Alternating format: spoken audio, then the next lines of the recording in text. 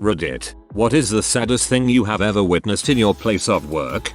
A frail old man in his 70s shows up in court as a defendant. Turns out he ran over and killed his wife and is up on a death by dangerous driving charge. The hearing progresses like any other, with later hearings organized and the man is bailed. The man shows up for each of his hearings, looking weaker and weaker than the time before. The case then begins to drag, reaching a year of hearings and still no trial despite the average being maybe 6 months. Turns out, the couple had gone to Tesco. The wife had got out of the car to direct him into the space. He reversed into her and she was trapped under the car, screaming for him to drive forward. He did so, and she was dragged along the floor, killing her. CPS insisted that the case was prosecutable. Everyone else thought they must be working on commission to push such a case with a defendant so clearly devastated by what was little more than a tragic accident. This was not a man that would ever be behind the wheel of a car again. It was also a man that I genuinely believed was only alive to see his name cleared, at which point he seemed to have nothing left to live for, in his opinion. Worst thing about the whole case was CPS deliberately neglecting to mention the fact that there was an American court case about the exact model of car involved and the fact that the brakes often apparently failed in situations closely resembling the one involved. I work at a bank. One day I was walking past the teller line and overheard a grim back and forth. One of our tellers was explaining to this 70-ish-year-old woman that she could not withdraw any money because her account was currently negative. She was notorious for being bad with money. I had to deal with her many times in the past, and when a customer gets to me there's big trouble. The woman became defensive, and so to curb a potential scene I stepped in and explained as empathetically as I could why we were unable to give her any money. Her tone softened, and as she started to apologize she began to weep. Not just a frustrated cry, like you may expect from someone with money troubles. This woman had been crushed. A story about needing medication, and bills, etc. followed. I apologized again, and said there was nothing we could do at this time. As she was walking towards the door I heard her say, "I can't take it anymore. I'm going to kill myself." We called the police and informed them that she had made a threat of suicide, and expressed our concern. The officer basically told me that because I have no direct affiliation with the woman they are not really able to consider it legitimate. So all I could do was hope that she wasn't serious. About 2 weeks later she was in the obituaries. The worst part was, her son had to come in and write a check to bring her account to $0. I'll never forget the look on his face. I work at Walt Disney World. One morning, I had a group of 3 guests come up to the ticket windows. All were older. While the man waited for the 2 ladies to come through bag check and join them, I was talking to them about the tickets we had and the possibility of a return visit later in the year, like to see all the Christmas decorations up. The man told me then that one of the ladies had cancer, and this was her first trip to Disney. He implied that it would be their last vacation together. I got them first visit buttons and went over the park map with the ladies while the man bought the tickets. I couldn't think of anything else to do. After they left, I nearly cried. I worked in a public library in Metro Atlanta when Hurricane Katrina hit. A lot of people from southern Louisiana had come to my county to stay with family when they were initially ordered to evacuate. The Monday after the storm, we had dozens of people coming in, asking to use our computers to see if their houses still existed. It was the single most depressing day I've ever worked, but we all helped the best we could. I worked in the eviction department at my local clerk of courts. As such I had to process answers to 3-day notice to vacate. Often they would be long, error-ridden letters that spelled out the unfortunate thing that had happened to the person that they felt justified not paying rent. One answer got to me though. It was a letter from a former classmate of mine. She had 5 kids and her husband died. The judge really doesn't care about a person's reason for not paying unless the landlord violated the lease in some way, such as turning off the water or power or locking the tenant out prematurely. She was quickly evicted. I was transferred to dependency cases a few months later. This is DCF CPS cases. I recognized her name on one of my first cases. After being evicted she lost her children and tried to commit suicide. Her children were then wards of the state. Dude, you have a very sad job. I work in law enforcement. We had a situation where a boy and his stepfather got lost in the woods. That sounds so innocent, but the case was that the stepfather hated the kid and drowned him. He left him there face down in water in freezing weather. When they discovered him and told the mother, her face, just the look killed me. She collapsed and sobbed the most gut-wrenching cry I have ever heard. It was her only child. Really want to hug my daughter now. Little old lady came in to get her oil changed. She was literally a lifetime customer of ours, an awesome and typical sweet little old lady. I just get done with her paperwork with our cashier. She goes to leave, pulls out in traffic and gets T-boned at 50 miles per hour. Pronounced dead instantly on the spot. That's something I'll never be able to shake. It's stories like this that just smack you in the face with how fast a life can end. May she rest in peace.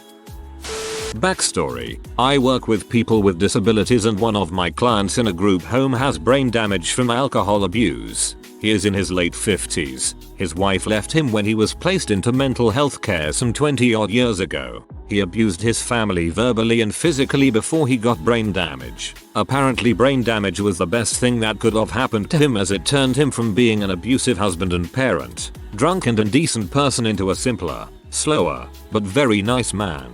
Every Saturday day shift I work, I ask all my guys what they want to do for the day, and it always upsets me when I ask this man what activity does he want to do for the day and he responds with, "Oh boss, my family is coming to see me today. My wife and the little ones," and I have to remind him that his wife left him and his kids are all grown up now, and they don't want to see him anymore. Breaks his heart every goddamn time. Walking into a situation where a family was being told that one of their children, who was an organ donor, passed away while trying to donate a partial organ to another one of their children. Unfortunately, the donor could not be revived, and the other child never got the transplant. You never get used to hearing cries from grieving parents. I guess it's probably even worse because they had to make the decision to let one of their children donate to the other, and then they could end up losing both. While teaching preschool, one of the students' mother passed away. She was in a car accident after dropping off her daughter. The father and grandmother drove to school to pick up the daughter and deliver the news. I was the one who brought the daughter down to the office and saw the news being delivered to the little girl. It was the saddest thing I have ever seen in my life.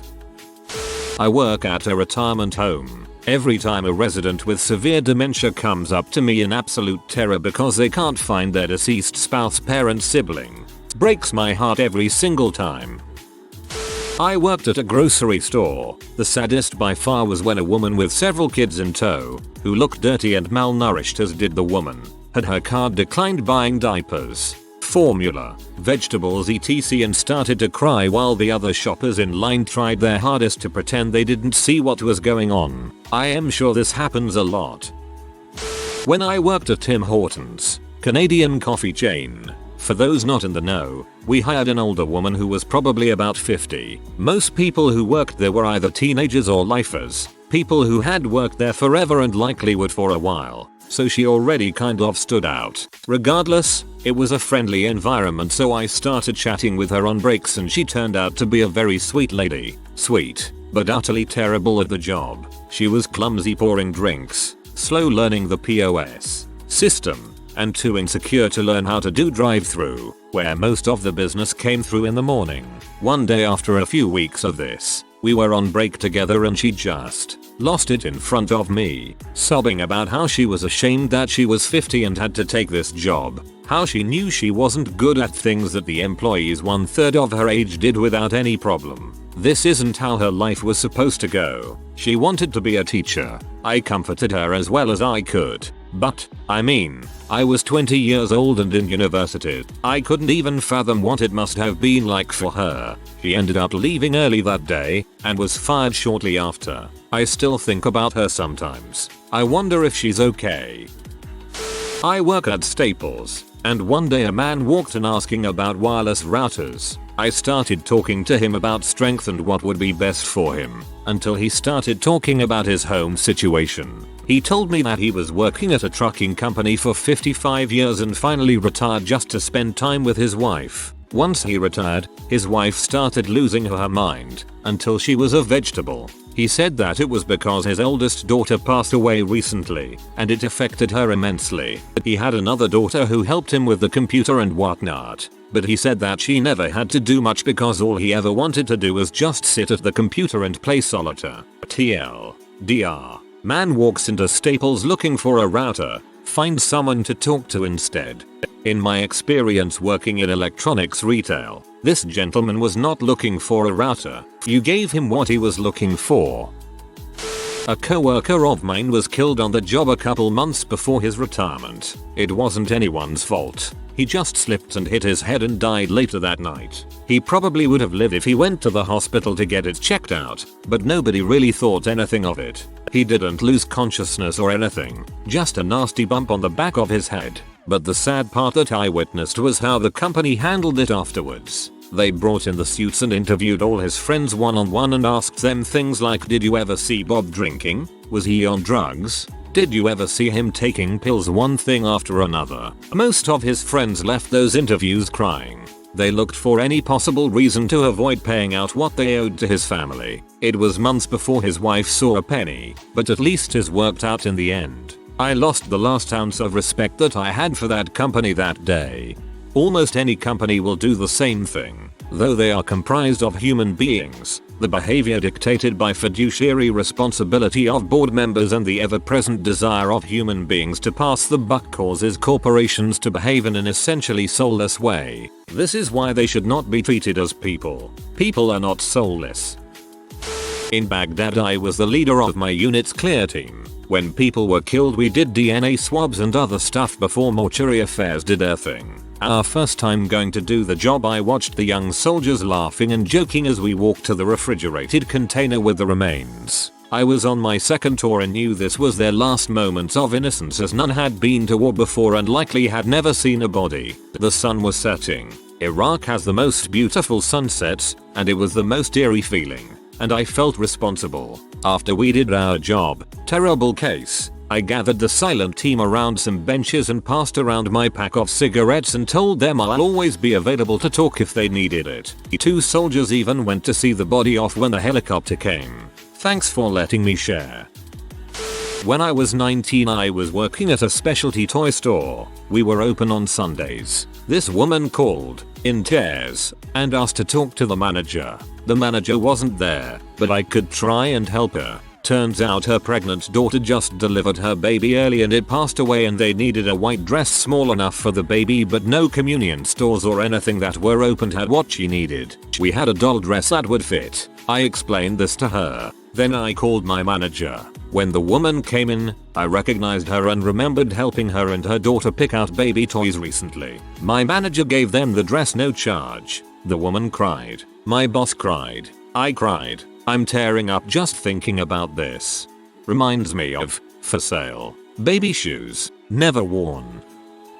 In my office there's a massive generation gap. My company hired extensively in the 70s and 80s and just let that group of people grow old and gather expertise, not hiring hardly anyone until 2008 or so. One of the wizened old men passed away almost immediately after his son was hired on in the same department as he was, just a couple years ago. Heart attack. Watching this green-skinned young blood have to go through his just deceased father's belongings due to union obligations, and carry the box out of the office holding back the tears in front of a bunch of strangers staring at him, was just the most heart-wrenching thing. I was at a Lagos summer camp this summer, and every Friday there's an open house type thing where the parents can come by and see what the kids have been working on. It's the end of the day on Friday, and this one kid, Gaddafi, is cleaning up. I'm helping him, and he tells me, my grandma promised she'd come. Already, I feel bad, because almost every other parent came. Then he goes on, I live with her now. My dad went away, and my mom went to another state. I don't think they're coming back. I'm reading things like this, and it's reminding me of when I worked at family court. Lots of repressed memories coming like a flash flood back into my memory. This actually happened last night. I work as a chef in a small town. The restaurant I work at is an old inn and has a few apartments upstairs and low-cost weekly dorm-style rooms with a bathroom for every 5 rooms. One of the rooms was being rented by a youngish man, about 30. He moved in just recently and no one really knows him that well. Last night, as I'm having a post-shift drink, this man comes in the front door of the restaurant and goes to the manager to tell him, all the guys are chasing the girls outside, so I put some roses on the ground to make it better. Here, smell my hands. They smell like roses. The manager asks him to hold on and tells me to go out front and see what was going on. He had taken all the flowers out of the earth and planters and ripped them up and tossed them on the ground that the owner of the inn had planted the day before. About 75 plants. They ask him to wait at the bar and call the owner. He starts screaming at him, calling him a butthole, fuckstick, etc. The guy looks very upset and keeps asking what he did wrong and refuses to acknowledge that the flowers were ruined, just that they were now put to good use. The cops were called and he looked confused and scared. When the cops showed up, they were very angry and handcuffed the man, roughly put him in the back of a squad car, asked the owner if he wanted to press charges. Yes, he did. After asking some other tenants what was going on, turns out the guy was a cancer patient who was going through chemo and his meds made him a bit unbalanced and that he was staying in the low-cost rooms due to his medical bills. I called the police and told them this new info. They dismissed my pleas to go light on the man because of his medical issues. They charged him with many different things that will cost a bunch in fines and be on his record despite his medical history, also insisting he was drunk and disorderly. He will also be evicted today. I live in an apartment. If I had room, I would offer this poor guy a place to crash. TLDR. Cancer patient gets arrested and evicted because his meds made him loopy.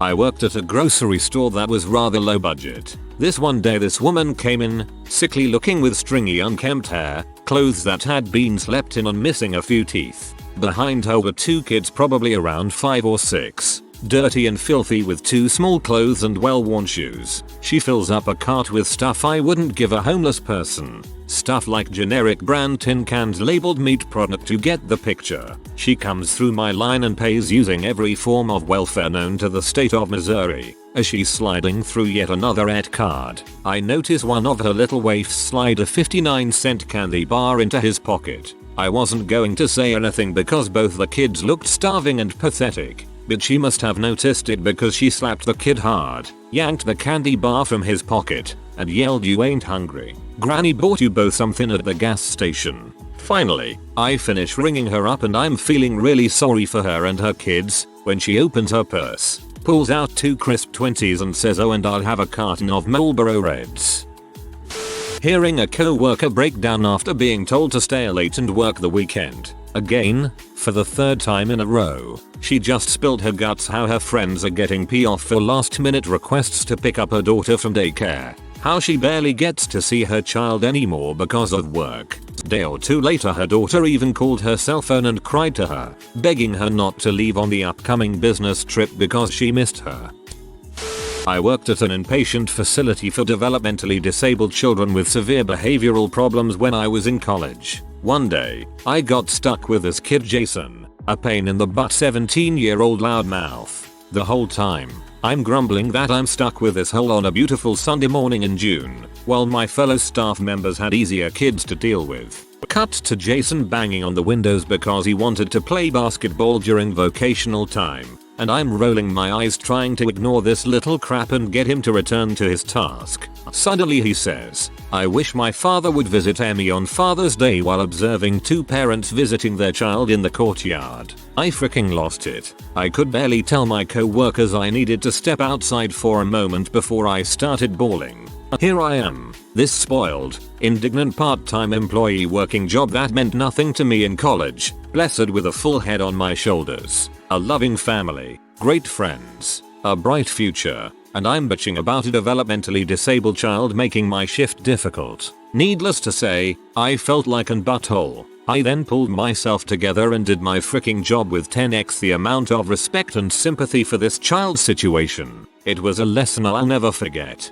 Awesome for you. I really think that all of us who have tangential exposure to mentally disabled people have a moment of hindsight, where we look back and both feel guilt and shame for how we treat these people, and can appreciate the faculties we were born with. Volunteered at the geriatric ward at my local hospital, trying to combat dementia by visiting patients, orienting them, and making them more comfortable active. Needless to say, it was a fantastic exposure to some incredible people, but at the same time, possibly the saddest place I have ever been. Some patients didn't have any friends or family and were overjoyed to have someone visit. That alone was sad, but the worst was talking to someone and having them mistake your identity. Lost loved ones, enemies, children. And although none of these people were supposed to be in critical condition, sometimes I'd come to revisit someone I had seen a day before only to find they had passed away. Dear Edit, you cannot always understand the incredible journey of old people. While it's no excuse for not turning out better, life is fickle and just goddamn making it through without being nasty and unkind is an accomplishment. Take care of your parents, grandparents, etc. as if they were Uncle Iron. I love Uncle Iron. Nobody can be mean to him. I didn't see this, but it's because I was on a radio. I was working communications for Katrina, doing 8+ hour shifts trying to help find survivors. We got word that an elderly lady was stuck in her attic with rising water levels. Apparently she had been there a few days, not 100% sure though. This happened at the end of my shift, and when I got back, no one knew what had happened to her. To this day it haunts me that she passed away in that attic, with rising flood waters, all alone. I was reading a book by a few National Guardsmen, and they told a number of stories of finally getting to someone who was trapped, only to find that they already died. Definitely among the saddest books I've read. My boss was normally a nice guy, but he had his occasional bad days and would take his frustrations out on us workers. Now one particular colleague of mine, let's call him Colin, tried his best with all of his work and was really a stand-up guy. He was the type where if you had exciting weekend plans, he would offer to take up some of your work so you could head home earlier. Now Colin was also usually the first to arrive at work, so he could get a head start on his projects. One day, I showed up for work and leisurely walked into the office, only to see that my boss and Colin seemed to be having a heated conversation. To give them some privacy, I walked to the kitchen to get a cup of coffee. My boss became increasingly loud, talking about useless crap about how the work is not being finished in the exact way he wants and blah, blah blah. By then, other colleagues begin arriving, and quickly joining me in the kitchen for the same reason. I can hear the soft whimper of Colin and he is being berated about a situation which was not at all his fault. As 30ish minutes have passed and we should really be getting to work, we hear the sobs of Colin as our boss continues to yell. We waited about 45 minutes and headed to our workspaces as Colin rushed to the bathroom. He came out about a half hour later with red, puffy eyes and went straight to work. No one ever talks about that day. Similar to OP, a guy came in and ordered a table for two. He then asked the waitress to keep this ring on top of his girlfriend's food. He was ecstatic and we were happy too. It was sorta romantic, so we obliged. Anyways, an hour passes and he tries calling her. I went over to ask him if everything was alright. He said she was just running late. Another hour, then one more. Finally it's almost closing time and we ask him again. His phone rings and he answers. After saying hi, he mouths to us it's her. He listens while she talks, his expression getting more and more sad. He hangs up and after a second of thought, throws his phone on the ground and breaks out in tears. We ask what happened and through his sobs I can hear his girlfriend dumped him. We solemnly bring him the ring and tell him next time he comes, dinner's on us. He said thanks, but don't worry about that and walked out. Never seen him since. I used to volunteer at a state-run animal shelter. You get desensitized pretty quick. But it really sucked having to shovel kitten bones out of the incinerator and walk through hallways of animals carrying a garbage can of bone fragments knowing they're all next. The worst part is that they know it's coming. You can see it in their eyes. Adopt your pets, people. I adopted my dog but had to bring her back the next day to get her microchip in case she got lost. She must have remembered the smell or something because when she realized where she was she went crazy. She stopped walking and started crying. I had to carry her inside. It was incredibly sad. I just gave her the biggest hug I could and told her she would never go back there. When I was working a job in retail, I had an elderly man come up to me and say that he'd just called the store before and had been redirected to my department. He said he'd talked to me and was ready to go find the product he'd inquired about before. I was a little put off at first, because I had been the only one in my department all day and nobody had called. So I asked him what he was looking for and if he had possibly called the wrong store. The man explained he was looking for a certain chair, and it just happened that we didn't carry that brand. This is the sad part right here. When I told the elderly man that we didn't carry that chair and that I hadn't received any calls, he had this look of distress in his eyes. Suddenly he got irate with me and demanded I check with my managers to see if we carried that chair because he was positive he called about it and talked to someone confirming we had it. The poor guy was afraid he was going senile and was watching it unfold before him. TLDR. An old man is starting to realize he might have a problem with Alzheimer's. If you are new to the channel, you can subscribe. I publish new videos every day. Until then, check another video.